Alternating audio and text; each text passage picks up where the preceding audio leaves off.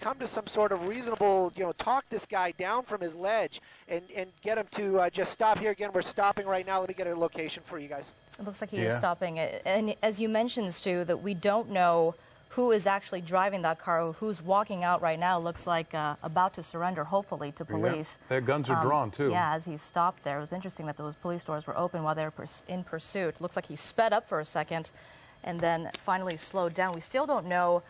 Stu says this is a possible kidnapping. We still don't know who's actually inside that vehicle driving that car, whether it's the child's father or we don't know. Well, the mother called police near the Atwater Village area, claiming that her son was kidnapped. We don't know who the suspect is, but right now, police, at least for the moment, have him stopped. Stu, what do you see up there?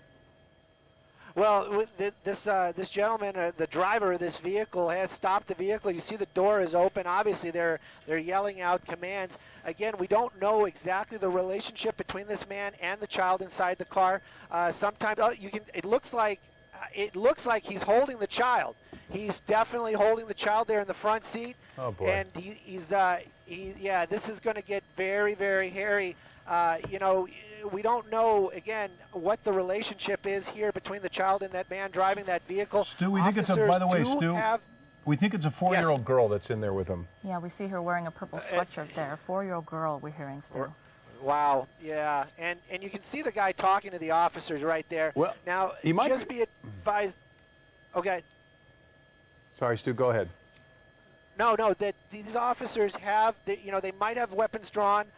But they are equipped with tasers, obviously, and also a beanbag gun. So you know that those officers are not just going to open fire on that car with that child in that man's hands like that. So they're going to try to talk him out. Hopefully he'll do the right thing, but if not, they will use force. Okay, here it goes. He looks like he's walking out of the car with the child in his hand, in his arm, actually. He's got her in front of him. The 4-year-old girl. And that man visibly upset. We're going to have to be real careful with the shot here, too, Stu. And it's unclear if he's armed or not. We're going to have to be real careful. Absolutely. If you're just joining us, we are looking at the end of a pursuit that began in the Atwater Village area, possible kidnapping we're hearing.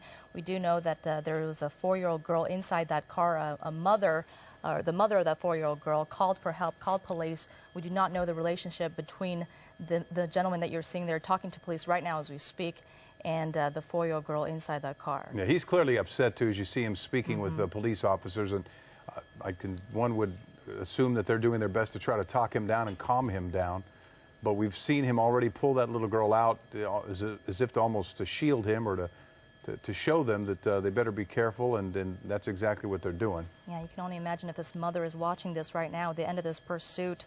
She called police, calling for help. Her little girl possibly taken. We don't know if that's exactly what's going on here, but that's probably what's going on.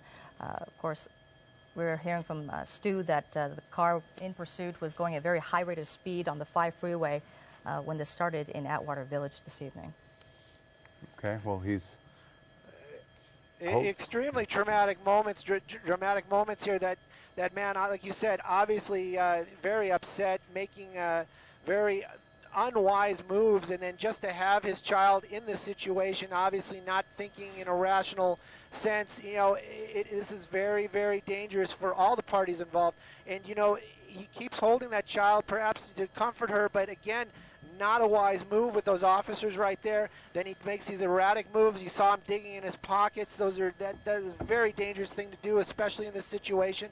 So again, officers are they're trying to talk to him. We hear them a little bit, and they're trying to reason with him. Obviously, there also was some talk about a grief counselor, somebody, probably family counseling that they're trying to get a hold of. Maybe they can get that person to the scene to bring this to an end. But here we go, officers making a move. They're just going to take him by force. I'll tell you what, I think that's the best thing at this point. They've, absolutely. It didn't appear got to do something. It didn't appear that he was armed. No, they've got that little girl. She's...